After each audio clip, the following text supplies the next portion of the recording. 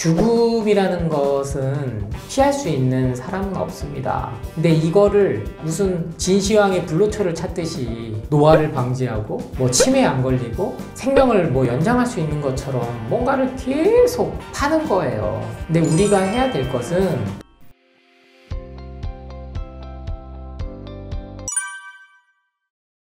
네, 안녕하세요. 채소과일식 저자 한약사 조승우입니다. 현재 저는 목포에서 한약 전문 약국인 예방원 한약국을 운영 중에 있습니다. 만나서 반갑습니다.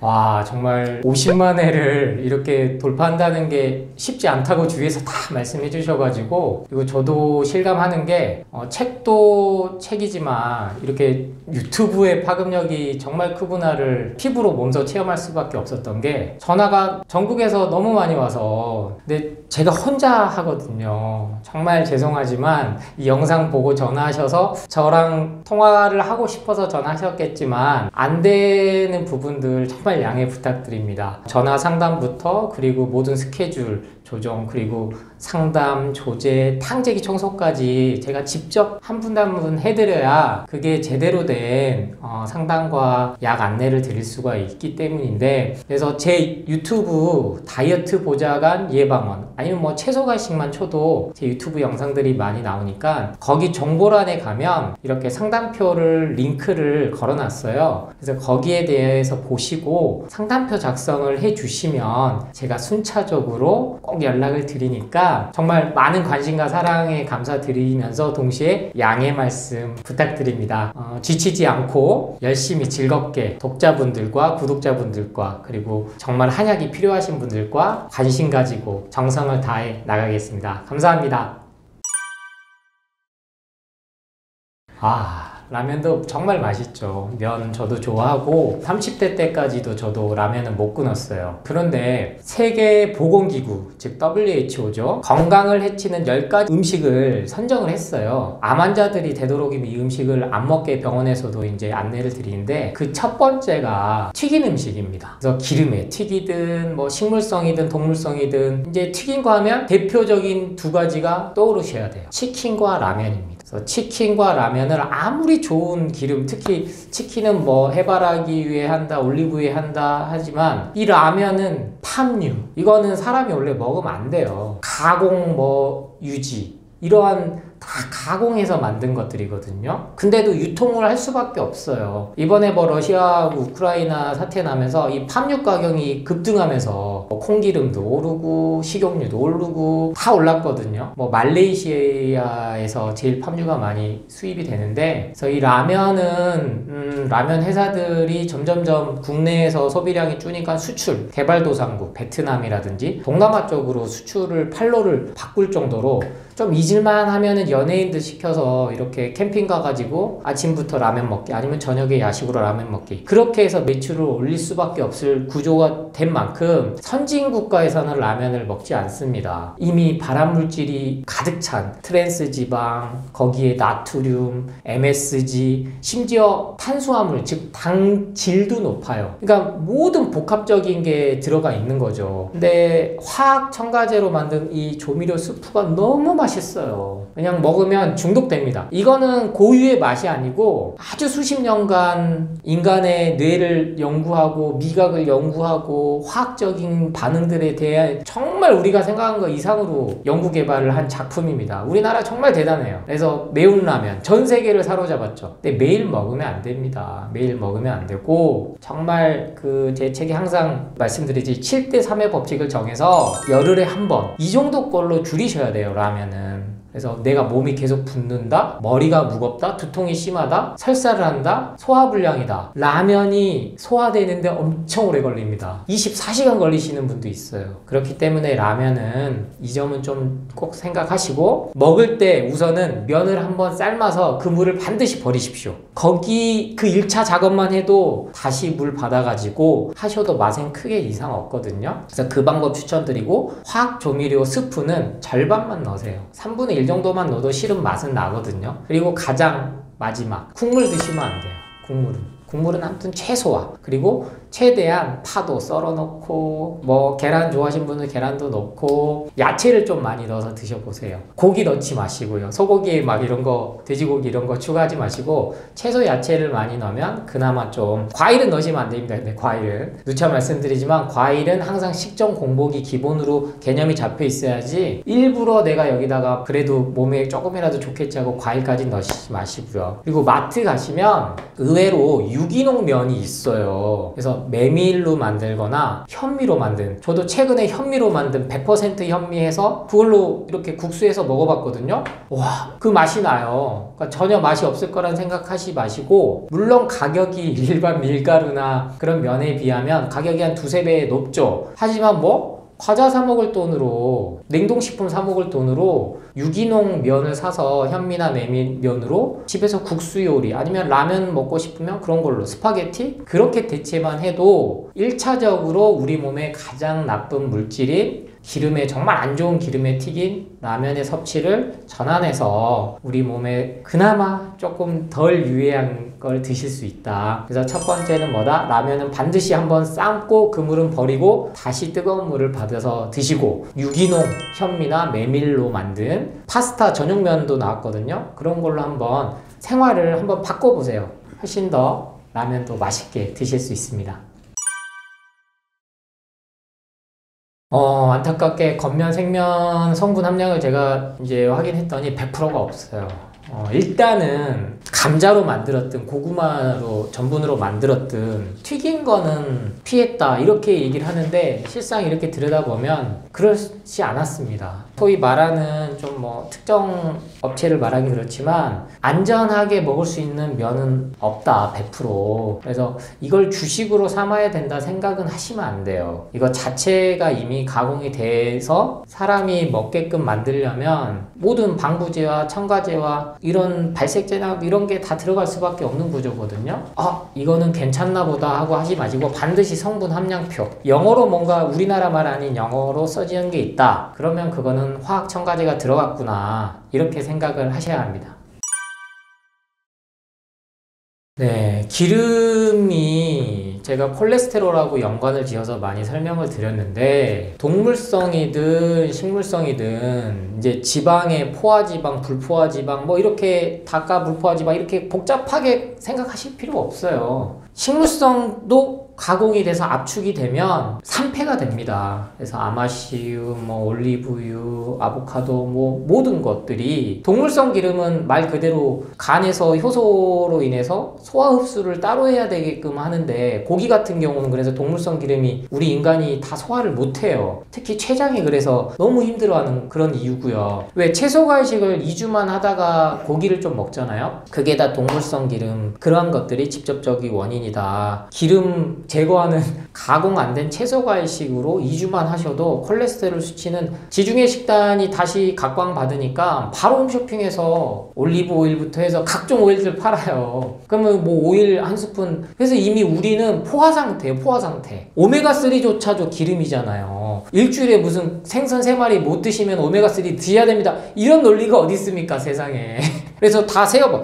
나는 생선은 일주일에 3번 안 먹지, 그럼 오메가3 먹어야 되겠네. 기름은 모든 게 통합되어 있습니다. 치킨만 먹어도 거기에 그 트랜스 지방 기름이 우리 몸에 들어오는 거예요. 그래서 자연에서 오는 걸로 먹어야지, 인위적으로 압축해서 짜서 몸에 좋다더라 먹어봤자 그게 흡수도 안 되고 배출도 안 돼요. 이 관점을 잡으셨을 때 진짜 채소과일식 하시면 필요도 없지만, 정 그 상태에서 나는 올리브 오일을 뭐 한 스푼씩 먹어야겠다 이렇게 해야지, 오메가3도 먹고 올리브 오일도 먹고 뭐 홍합씨유도 먹고 너무 넘쳐나요. 우리 사자성어에 너무 좋은 말 있잖아요. 과유불급. 과하면 절대 좋은 게 아니다. 요새 많이 나와요. 식물성 기름을 다시 대대적으로. 그러니까 이 트렌드 흐름이 있으니까 크릴오일도 마찬가지고요. 누차 말씀드리지만 건강기능식품에 들어갔다가 가공식품으로 퇴출된 제품입니다. 그만큼 부작용이 많아요. 특히 기름을 많이 이렇게 섭취를 하면 콩팥이 부하가 많이 걸립니다. 간은 1차 1차적이고, 그래서 몸이 붓는다. 그럼 내가 불필요하게 지금 기름을 많이 섭취하고 있다. 동물성이든 식물성이든. 그래서 저는 식물성 기름이라고 무조건 좋다고 말씀을 안 드리는 이유가 이거예요. 왜냐? 우리가 일상생활에서 이미 너무나 많이 먹고 있다. 그래서 굳이 찾아서 사 드시지 말고 채소과일식에 있는 그 가공되지 않은 지방으로 섭취를 하시면 충분하다.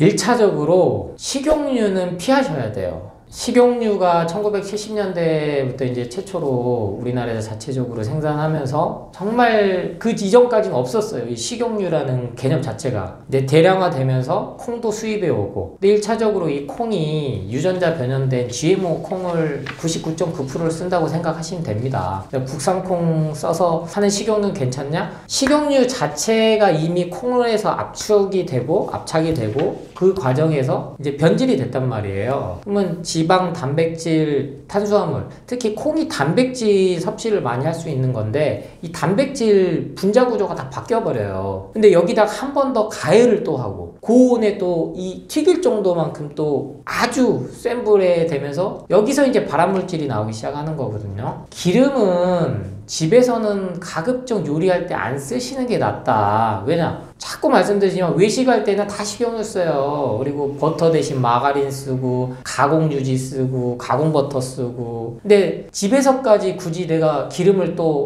뭐 하면 무조건 프라이팬에 식용유 둘러야 돼. 이 중금속하고 또 이게 부딪히는 거예요. 알루미늄 프라이팬하고 이 산패되면서. 그러니까 음식 요리를 할 때는 집에서만큼은 올리브유든 아보카도 오일이든 최대한 내가 안 써야겠다. 특히 열을 가하면 기름은 안 좋구나. 산패가 이미 시작돼 있어요. 거기다가 또 한번 불을 지르는 꼴이다. 반드시 요리할 때 그래서 기름을 써야 된다라는 이 공식을 또 만들어 놓은 거죠. 거기서 벗어나야 됩니다. 벗어날 게 참 많지만 단순해요. 가공 안 하고 그대로 먹자. 그게 제일 몸엔 좋다. 이렇게 하나하나씩 잡아 나가시면 됩니다.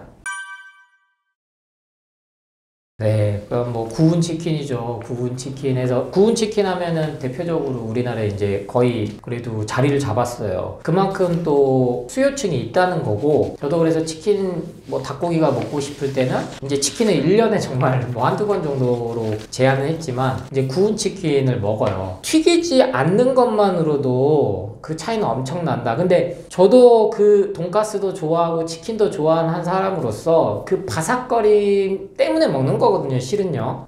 군침 도네요. 튀겼을 때 현재 우리 인류가 제일 최악으로 만들어냈다고 평가받는 트랜스 지방이 나와요. 트랜스 지방. 그게 튀길 때 나오는 거예요. 그래서 과자류에 다 들어가는 겁니다. 근데 이게 성분 함량표에, 그러니까 세계보건기구에서 하루에 2g 미만으로 섭취를 해야 된다고까지 강력하게 경고하는데, 치킨 튀기면 이게 얼마나 돼 있는지 아무도 몰라요. 이건 뭐 연구할 수도 없고. 성분 함량표에는 또 0.2g 미만은 0으로 표기하게 돼 있어요.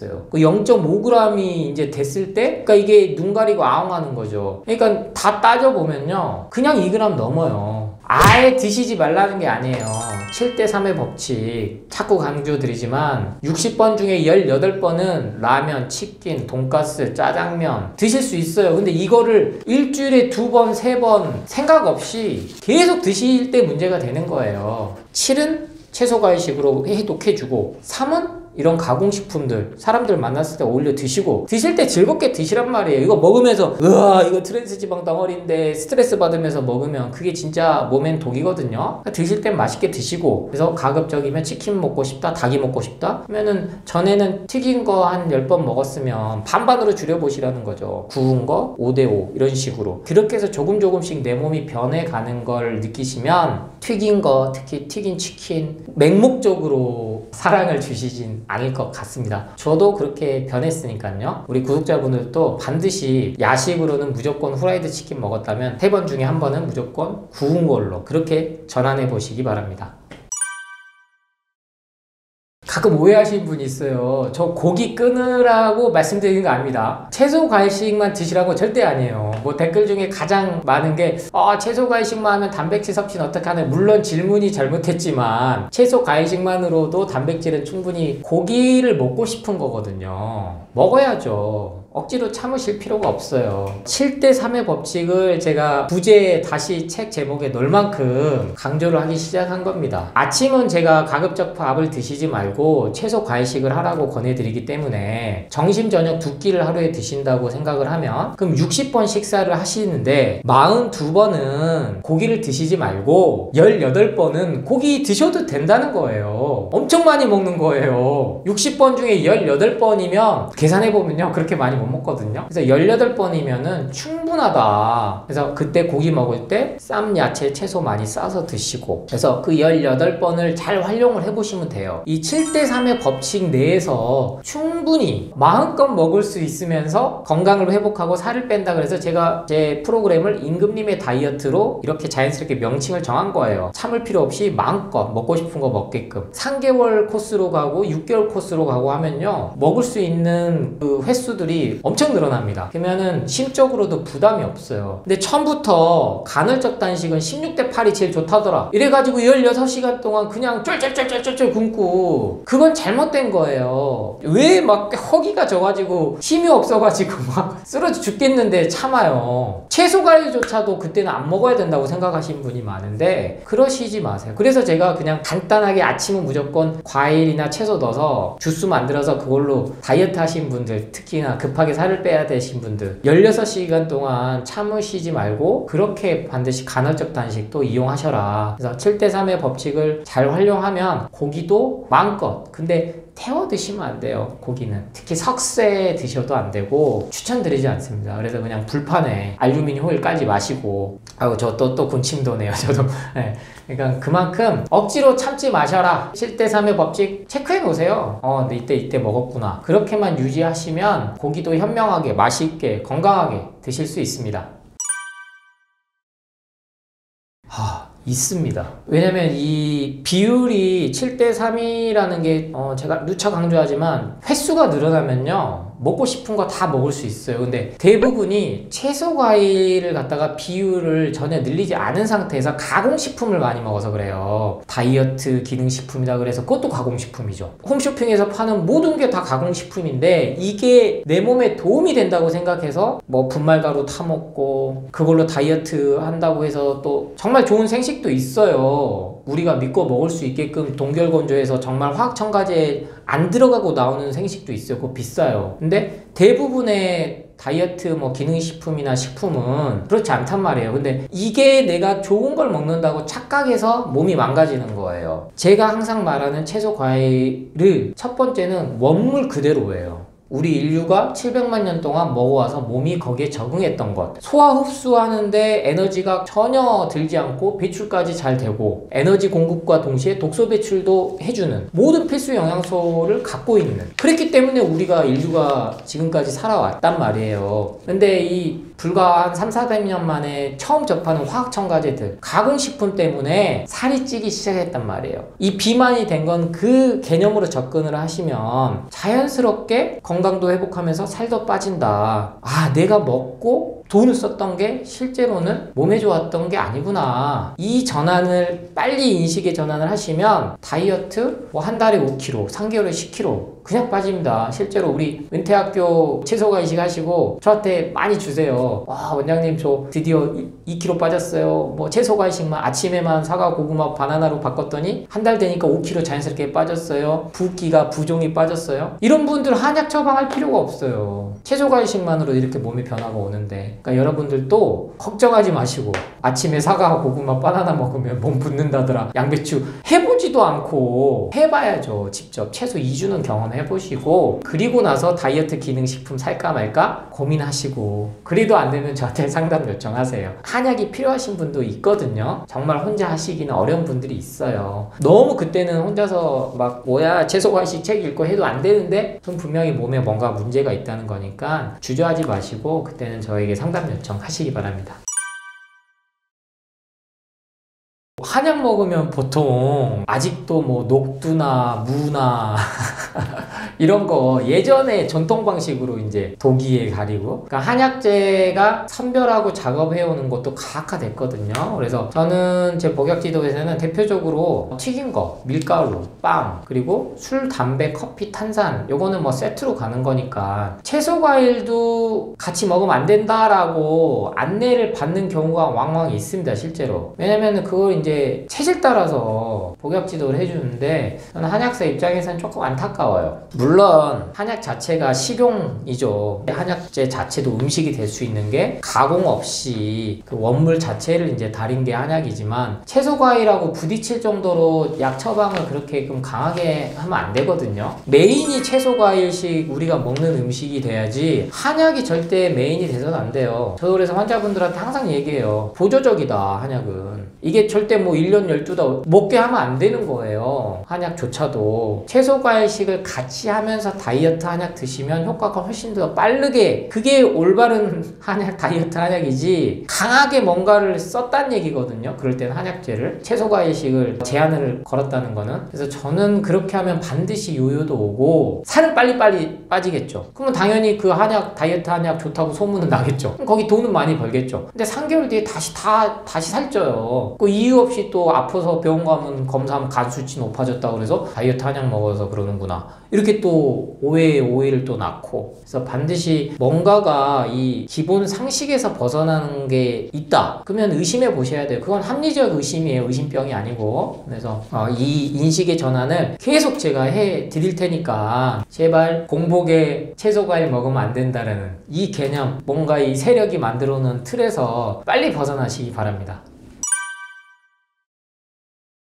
공복에 보약인 음식, 가공식품 말고는 다 살아있는 거 드시면 우리 몸에 에너지가 솟는 거예요. 고기 먹으면 순간 힘이 나는 건 누차 말씀드리지만 소화시키느라고 에너지가 이렇게 응축돼가지고 힘이 불끈 난다고 착각하는 거예요. 식후 한두 시간 지난 몸이 나른해져서 무거워져요. 이거 채소과일식으로 전환하신 분들은 그냥 느껴요. 채소과일식 해서 드시다가 뭐 고기며 밥이며 돈가스며 이런 거 섞어 먹잖아요. 그러면 심지어 그랬을 때 진짜 떡볶이 먹었을 때 제가 그거를 많이 느꼈거든요. 저도 떡볶이를 너무 많이 좋아해가지고. 떡볶이가 설탕이 들어갔다 생각 안 하시는 분 너무 많아. 설탕 덩어리예요, 떡볶이가 제일 대표적인. 그러면 이 떡볶이 먹었을 때 진짜 그 혈당 스파이크, 혈당이 막 급상승해서 그러한 것들 때문에 머리가 무거워지고 몸이 나른해지고 소화도 안 되고. 근데 채소과일은 그렇지 않거든요. 공복에 먹어야 될 거는 채소과일이다. 세부적으로 불편한 부분들이 있으면 그건 피하고 다른 거 드셔라. 왜 조그만 그 사례를 가지고 그거 가지고 전체를 못 먹게 만드느냐. 이거는 자꾸 프레임을 만들어간다. 이거를 계속 제가 말씀드릴 겁니다. 그래서 공복에 제일 좋은 건 채소과일식, 그리고 뭐 통곡물, 견과류 이렇게 있습니다. 생감자 주스를 많이 물어보셔서 왜 또 그러나 했더니 유명한 건강 채널 유튜브에서 생감자 주스 추천을 했더라고요. 거기서 가서 먹으면 좋다고. 그러니까 저는 그것도 웃긴 거예요. 그 채널 제가 가서 봤거든요. 어느 특정 뭐 채소는 막 까! 그래놓고 또 생감자는 먹으면 좋대, 공복에. 이게 모순이잖아요. 자연이 이렇게 다 같이 조화가 이루어졌지, 너는 감자 먹을 줄 알고 너는 이거 먹을 줄 알고 골라서 먹으라고 그렇게 진화하거나 이렇게 창조되지 않았단 말이에요. 생감자 주스조차도 드셨을 때 불편한 부분이 반드시 있어요. 근데 왜 굳이 또 생감자를 갈아서 그것만 먹어야겠다 이렇게 가냐는 거죠. 그러면 저는 또 합리적으로 의심이 이제는 돼요. 야, 저거 협찬받았다. 왜 꼭 가공식품 업체만 하라는 거 없잖아요. 감자 많이 팔려고 또 얘기할 수도 있죠. 제가 이제 유튜브에 생일이 이제 좀 보이더라고요, 이 구조가. 저는 그 정도까지 뭐 광고가 들어오거나 협찬 들어오진 않지만, 이게 소비자에게 뭔가 마케팅을 하는 하나의 채널로, 건강 채널까지도 이게 포섭을 한다. 이게 제 눈엔 보이더라고. 이게 제 눈에는. 왜? 말이 안 맞거든요. 같은 건강 채널에서 이거는 먹지 마, 이건 절대 먹으면 안 돼, 이 음식만큼은 절대 먹지 마세요. 또 감자 넣어놨어요. 싹이 튼 감자 먹으면 안 돼. 그럼 혼란스럽죠. 왜냐면 그 구독자조차도 혼란스러운 거예요. 일관성 없이 특정 뭐 이제 어그로 끌어가지고 조회수 올리려고 자극적으로 막 이거 먹으면 절대 독이 되니까, 이거 반대로 근데 이거 먹으면 또 약이 됩니다. 근데 똑같아. 감자가 양쪽에 다 있어. 그래서 하나의 극단적인 정보에 꽂히면 안 돼요. 내 무의식이 잠식돼 버리면 안 돼요. 저 그래서 자기개발이랑 똑같아요. 이 면이 건강을 강조하는 게 그 자기개발 핵심이 나는 된다, 나는 된다, 나는 한 달에 1억 번다, 나는 하루에 200만 원씩 벌 수 있다, 자기 세뇌거든요. 핵심 똑같아요. 자기 암시거든요. 그리고 생각한 대로 된다, 긍정적으로 생각해라. 근데 채소과일식에 대해서 부정적인 이미지를 계속 주고 가공식품 먹게끔 만들고, 그러니까 생감자 주스도 뜬금없이 나오는 거예요. 우리가 언제부터 감자를 그렇게 주스로 갈아 먹으셨죠? 그렇지 않았어요. 그랬더니 생감자 주스 간 제품들이 나오기 시작했다는 거예요. 그건 뭡니까? 가공식품이죠. 채소 과일을 이용해서 또 가공식을 만들어서 그거를 팔로를 만들기 위해서 정보를 소스를 던지더라. 그래서 여기까지 이 은퇴학교 구독자 하시는 다이어트 보좌관 예방원을 또 방문해 주시는 분들은 선구안, 해안을 가지셔야 합니다. 제 채소과일식 책 하나 보고 이 깨달음이 얻으면 얼마나 좋겠어요. 근데 그럴 수가 없어요. 그래서 이 전체 틀을 항상 보셔라. 그래서 특정 뭐는 약이고 독이다, 그런 음식은 세상에 없습니다. 그리고 채소과일식이 독이 될 수가 없어요. 절대로. 독버섯 말고 이런 거 말고. 그러니까 마트에서 파는 거는 걱정하지 말고 다 드셔도 됩니다. 이제 제가 한약사라는 부분 때문에 달린 것 같은데, 저는 채소과일식이나 우리 먹는 거에 대해서 말씀드리고, 한약에 대해서는 제 책에서도 한약 드셔야 된다고 처방전 안내 한 줄도 안 썼어요. 그냥 암 환자들을 위해서 통합의학에서 한약을 소개를 하고 있지, 왜냐면 이만큼 과학화됐다. 현대의학의 최고봉인 MD 앤더슨이나 메모리얼 캐더링이나 존스 홉킨스나 이런 암센터에서 한약을 같이 쓰고 있다라는 그런 소개를 드렸을 뿐인데, 그래서 제가 파급력이 많아졌구나. 한의사, 약사, 뭐 의사 다 보는구나. 이제 이유 없이 공격을 하거든요. 이유 없이 그냥 순수하게 물어보는 의도가 아니에요. 저 댓글 다 보거든요. 실은 다 봐요. 그래서 처음에는 일일이 달아드리다가 이제는 할 수가 없을 정도도 됐고, 이상하게 삐딱한 걸 떠나서 정반대 업장에서 이렇게 뭔가 그 자본주의 논리의 냄새가 나게끔 하시는데, 밑도 끝도 없이 한약이 간 수치 올린다, 한약 먹으면 안 된다, 뭐 이렇게 뜬금없이 댓글을 다져요. 근데 한약은 수천 년간 인간이 먹어온 식물 중에 약용, 즉 약으로 쓰여졌던 양리작용을 하는 것들을 우리 대표적인 동의보감을 쓰신 허준 선생님께서 조선시대 때 집대성을 했죠. 그 모든 것들을 갖다가 통계의 학문이에요. 물론 세부적으로 보면 시대의 변천사에서 무슨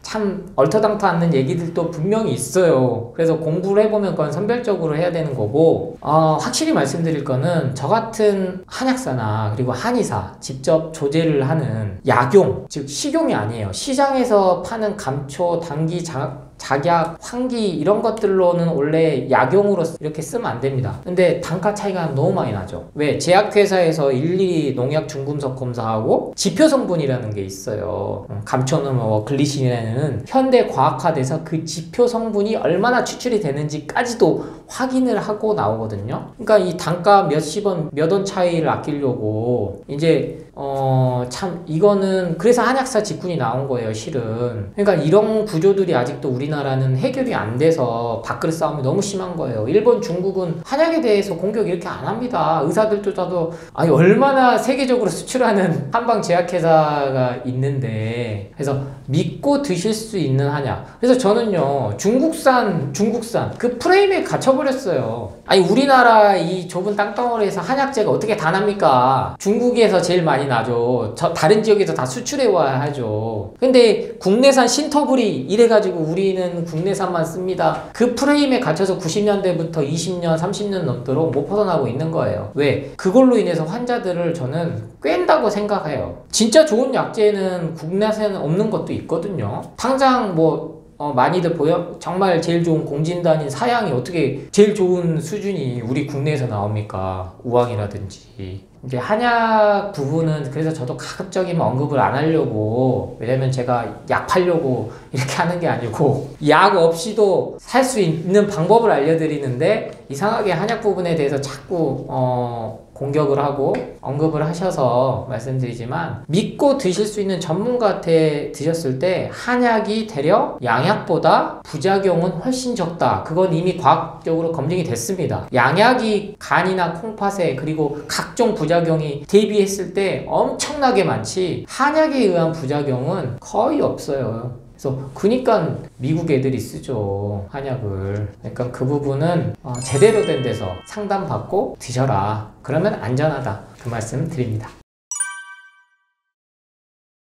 그렇죠. 정말 끊을 수 없다. 그러면 내가 중독됐구나. 일단은 인식을 하셔야 돼요. 일단은 내가 못 끊는구나를 자각한 것만 해도 성공한 겁니다. 왜냐면 양을 줄일 수 있거든요. 그래서 하루 한 잔 정도를, 그래서 가이드라인 이거를 정해 놓은 걸 수도 있어요. 하루 한 잔은 그래도 먹어, 괜찮아 하고. 근데 진짜 못 끊는 경우에는 일단은 어떻게 방법을 해보시냐면 하루 단위씩 도전해보세요. 근데 뭔가를 마셔야 돼요. 이 뇌가 이미 여기에 길들여져 있기 때문에. 그래서 이제 그때 녹차라든지 허브티, 결명자나 둥글레차 이런 걸 좀 대신해 봐라, 이렇게 말씀을 드렸던 거고, 하루 해보고 참았어. 그럼 이틀로 늘려보세요. 그리고 다시 내가 3일 차에는 먹었어. 그냥 드세요. 아, 먹었네. 그리고 다시 하루 또 하세요. 다시 하루, 이틀, 3일. 3일까지 일단 참았다? 대단한 거예요. 그러면 일주일 참으실 수 있어요. 그렇게 해서 일주일 단위까지 넘어서면 한 달만 참아보시잖아요? 그럼 몸이 달라집니다. 그러면 몸이 달라지면 내 몸이 커피를 싫어해요. 그게 자연치유고 자가치유고 우리 인간이 몸이 가진 정말 어마어마한 힘이에요. 술, 담배, 커피, 탄산을 그렇게 끊어줘요. 한약을 제가 처방하는 꼭 해야 되는 때가 이렇게 중독에 의해서 못 끊으시는 분들, 한약이 들어와서 몸에, 왜냐면 양리작용을 하기 때문에 몸을 빨리 독소 배출하고 에너지를 공급해주면 몸이 회복이 되잖아요. 그러면 담배 맛이 싫어져요.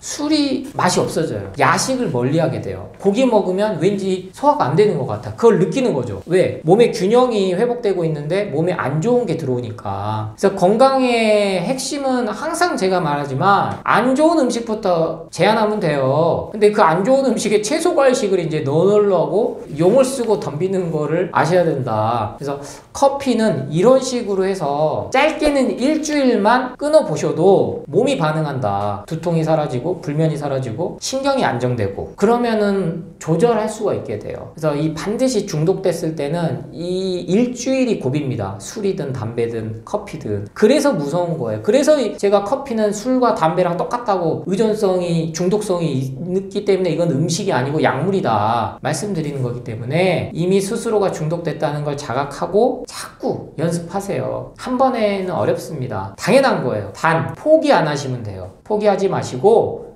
계속 도전하시기 바랍니다.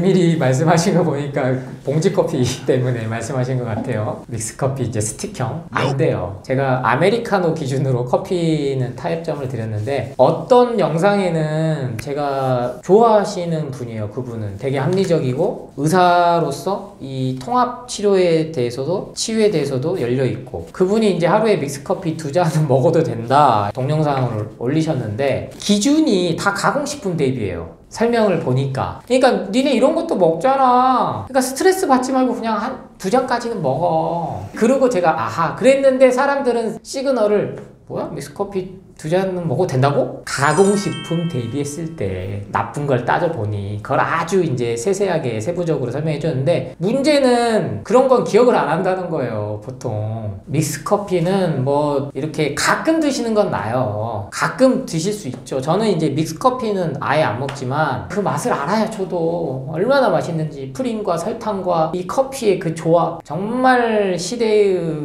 작품이지만 100년만 지난다? 미래에서 봤을 때 최악의 음식으로 들어가 있을 겁니다. 인류를 멸종시킨 최악의 음식. 최악의 음식은, 최악의 궁합은 사과, 바나나, 고구마가 아니에요. 믹스커피지. 믹스커피는 그만큼 치명적이에요. 그래서 이거를 내가 매일 먹었을 때는 결국에는 쌓여서 이게 암으로 가는 거예요. 그럼 믹스커피 회사들 이런 말 싫어하니까 계속 광고하는 거죠. 연예인들 써가지고 이미지 갖다가 만들어가지고. 믹스커피 100ml도 몸에는 안 좋다. 다만 매일 안 먹는 전제하라면 7대3의 법칙. 근데 커피는 제가 7대3의 법칙에는 권하지 않습니다. 커피만큼 술, 담배, 커피, 탄산은. 믹스커피에서 차라리 원두커피를 차라리 드셔라. 그렇게 추천드립니다.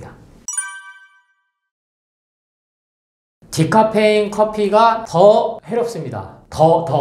덜이 아니고요. 결론부터 빨리 말씀하시라는 그 수요층도 저도 받아들이기로 했어요. 요새 유튜브들이 다 뭐 쇼츠나 짧은 영상들이 결론부터 얘기하니까 디카페인 커피가 더 몸에 안 좋습니다. 왜? 다이어트 콜라, 뭐 제로 사이다 이거랑 똑같은 거예요. 카페인이 몸에 안 좋다는 게 밝혀지고 이 부작용이 심해지니까 커피에 그 안 먹는 수요층들을 돌리려고 잡아온 게 디카페인이에요. 이해되세요? 디카페인으로 그나마 또 수요를 돌린 거예요.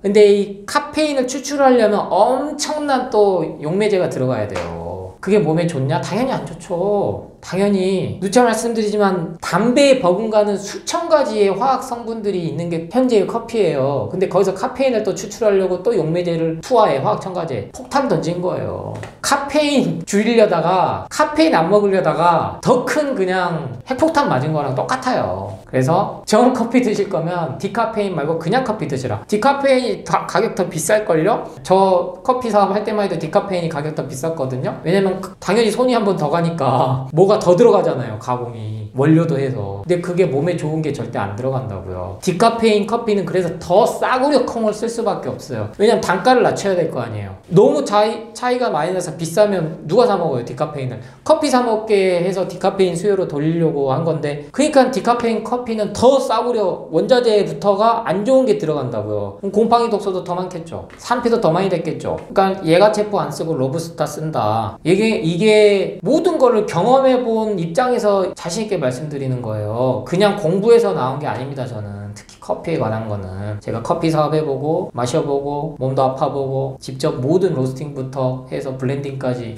판매까지 유통 과정까지 다 경험을 해봤기 때문에, 그래서 저는 절대 커피 광고는 안 들어오겠죠. 예, 디카페인 절대 안 됩니다.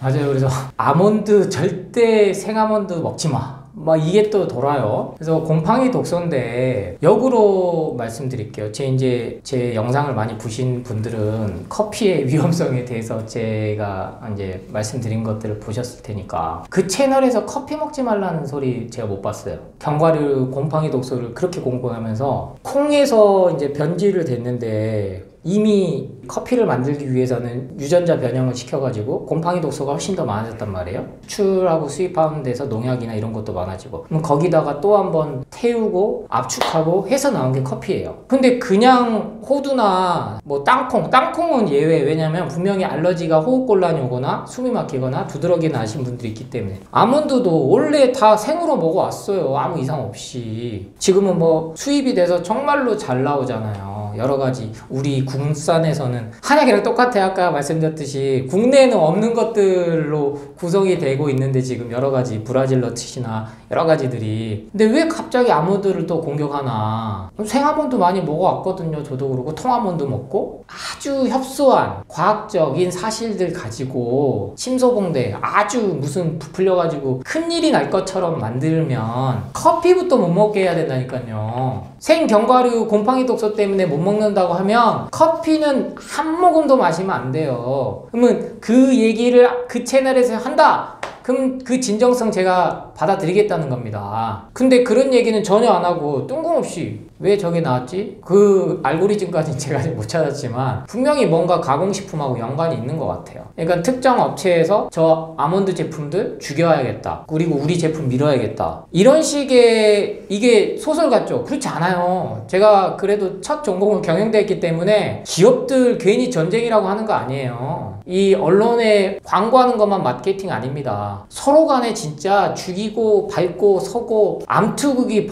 난무해요. 정말. 그 결과 결국에는 채소과일식에 이어서 통곡물에 이어서 견과류까지 갔다는 거죠. 왜냐면 지금 견과류들 가공 안 된 제품들 소비자 많이 늘어났거든요. 그래서 저는 그게 갑자기 그래서 가공돼서 나온 것들 뭐 소금 친 거, 구운 거 그걸로 가더라고요. 구워서 먹어야 돼. 뭐 한번 기름에 볶아서 먹어야 돼. 소금 뿌려서 염해서 먹어야 돼. 그냥 서로 이게 붙은 거죠. 여지껏 잘 먹어왔으면 이상 없는 거예요. 그러니까 빵빵 하나 이렇게 터트려 주는 거에 휘둘리면 나만 손해라는 거예요. 나만. 아무도 아예 안 먹게 되고. 그래서 이렇게 파고 드실 필요 없어요. 근데 대부분 그런 데가 뭐 무슨 렙틴이 어쩐다, 질산염 어쩐다, 마이코톡신이 어쩐다 뭐 이런 전문 용어들 막 읊어대니까 사람이 오 그런가 보다. 이게 진짜 정말로 사람 홀리는 거예요. 결국에 아무도 안 먹잖아요. 결국에 아침에 사과 안 먹잖아요. 아침에 바나나도 안 먹잖아요. 공복에 고구마도 안 먹잖아요. 우리 얼마나 고구마 많이 먹고 자랐습니까? 1930~40년대부터 해서 힘든 시절 우리 대한민국 국민들 힘든 시절 고구마 감자 먹고 다 버텨왔는데 다 위암 걸려 죽었습니까? 다 아니잖아요. 가공식품이 들어오면서부터 소화불량이 생기고 위염이 생기고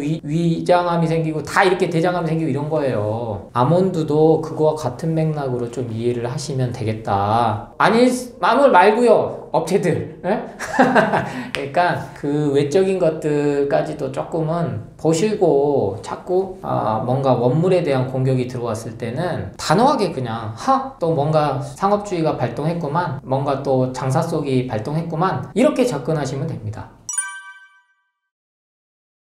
과일 많이 먹으면 살 찐다. 그래서 언제 먹냐가 중요해요. 언제 먹냐가. 일단 과일도 야식으로 먹으면 살이 쪄요. 섭취 동화 배출 주기로 제가 8시간으로 나눴잖아요. 그래서 이제는 많이들 이제 잘 나올 거예요. 12시부터 저녁 8시까지가 섭취 주기. 저녁 8시부터 새벽 4시까지는 동화주기, 새벽 4시부터 다시 낮 12시까지는 배출주기. 즉 우리가 야식을 안 먹어야 되는 시간에는 뭘 먹어도 그걸로 소화하고 흡수가 제대로 안 되기 때문에 일단 지방으로 축적하게끔 우리 몸은 인류는 발달했단 말이에요. 불이 없는데 언제 동굴에서 몰래 먹는 사람도 있었겠지만 먹을 것도 없었고 밤엔 다 자는 거예요.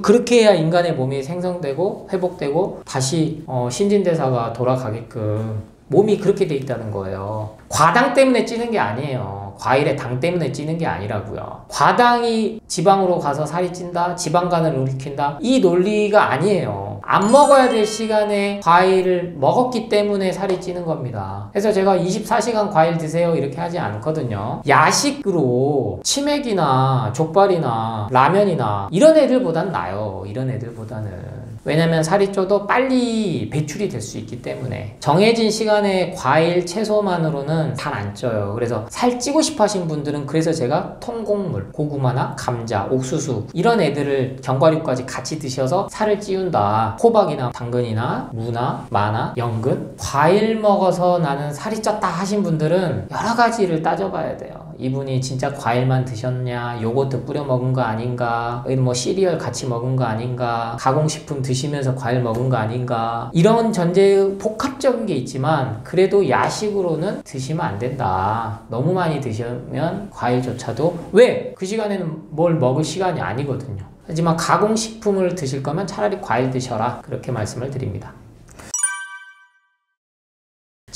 치매도 정말 암보험에 가까운 보험 광고의 끝판왕이죠. 요새 채널만 돌리면은 치매에 대한 무서움을 설파해서 보험을 들게 하는데 뇌의 기능을 결국에는 활성화시켜 준다는 건데요. 치매를 예방한다는 것은 결국에는 우리 인간의 몸에 독소가 쌓이지 않게 해야 돼요. 그러면 가공식품을 멀리하면 되는 거예요. 특별히 머리에 뇌 건강에 좋다더라 이런 음식들 따로 돈 주고 사 드시지 않아도 돼요. 채소 과일식만 비중 늘리고 견과류 비중 늘리면 그게 가장 내 건강을 유지하고 치매까지도 예방되는 거예요. 그래서 진짜로 그 견과류를 아침에 한 줌씩 계속 드시는 장수하시는 분들은 그 생활 습관이 이미 확인됐어요. 그래서 그런가 또 생견과류를 못 먹게 만드는 또 그런 건강 정보 들이랍시고 혼란스럽게 만드는데 우선 추천드린 건 견과류예요. 견과류를 많이 챙겨 드시면 뇌 건강 건강에 좋습니다. 견과류는 과도하게 볶거나 굽거나 그리고 설탕이 뿌려져 있거나 소금이 뿌려져 있거나 이런 거는 절대 피하시는 게 맞고, 있는 그대로 살짝 구운 정도,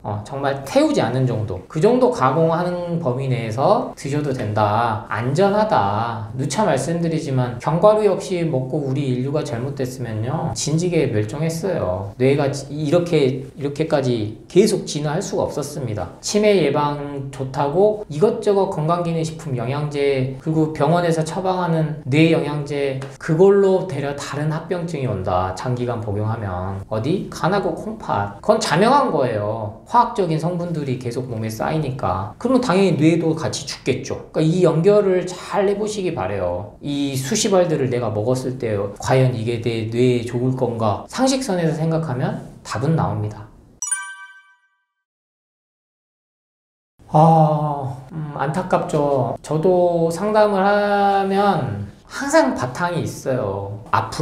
마음이 아픈 분들이다. 그리고 그 마음을 어루만져 줘야 된다. 그 전제로 해도 어려워요. 그래서 우리 의사들도 저희 이해됩니다. 뭐 정신과 의사 멱살잡이들도 많이 당했을 테고, 저도 이유 없이 그냥 욕하신 분들도 있어요. 근데 그때 같이 이제 대응을 어떻게 하느냐가 중요한 건데, 그게 이제 의료인의 사명인데, 정신을 맑게 해주려면 일단은 몸에 좋은 게 들어와야 돼요. 이제 이게 한의학에서 말하는 정신기 이렇게 세 개로 나누는데, 그래서 첫 번째는 몸에 독소가 안 쌓여야 정신이 맑아지죠. 죽어 있는 음식들을 먹으면 분명히 그 영향이 더 간다. 왜? 소화 에너지, 즉 내가 정신을 회복해야 되는데, 몸이 재생하고 마음이 이렇게 안정이 되는데 에너지가 쓰여야 되는데, 독극물이 들어오니까 그거 해독하느라고 소화 에너지에 그게 다 쓰여버린단 말이에요. 진짜 심하신 분들은 반드시 약을 먹어야 됩니다. 자살을 막기 위해서라도. 저는 그럴 때 써야 되는 게 약이라고 저는 생각해요. 그거조차도 먹지 마라? 항우울증,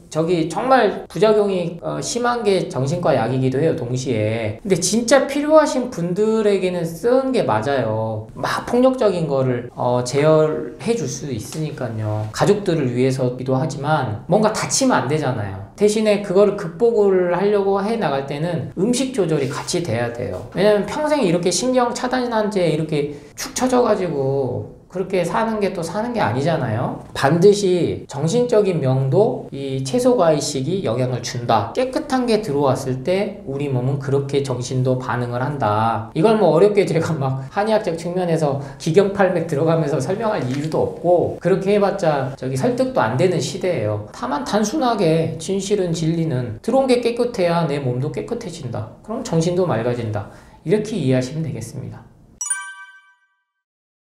네, 제 좌우명 중 하나가 일체유심조예요. 모든 것은 마음먹기에 달렸다. 그러니까 긍정의 생각을 하면 그렇게 간다 이건데, 이 말은 원효대사, 즉 해골바가지 물을 먹고 해탈을 하신 거죠. 원효대사가 하신 말씀인데, 이분께서 쓴 책 중에 구절 중에 또 제가 감명 깊게 들은 게 있어서 소개시켜 드릴까 해요. 뭐 다는 아니고요, 일부분인데 책에 이런 구절이 있습니다. 얼마나 산다고 빈몸으로 일생 수행하지 않는가? 몸에는 끝이 있다. 급하지 않는가? 급하지 않는가? 즉 죽음이라는 것은 피할 수 있는 사람은 없습니다. 근데 이거를 무슨 진시황의 불로초를 찾듯이 노화를 방지하고 뭐 치매에 안 걸리고 생명을 뭐 연장할 수 있는 것처럼 뭔가를 계속 파는 거예요. 근데 우리가 해야 될 것은 자연사든 사고사든 죽음이라는 것은 겸허히 받아들이고 기본으로 돌아가서, 자연으로 돌아가서 마음 편히 지내는 게, 즉 그게 수행입니다. 제가 말씀 항상 드리잖아요. 술, 담배, 탄산, 커피, 고기 드시면서도 건강하게 즐겁게 사신 분들은 특징이 있어요. 야,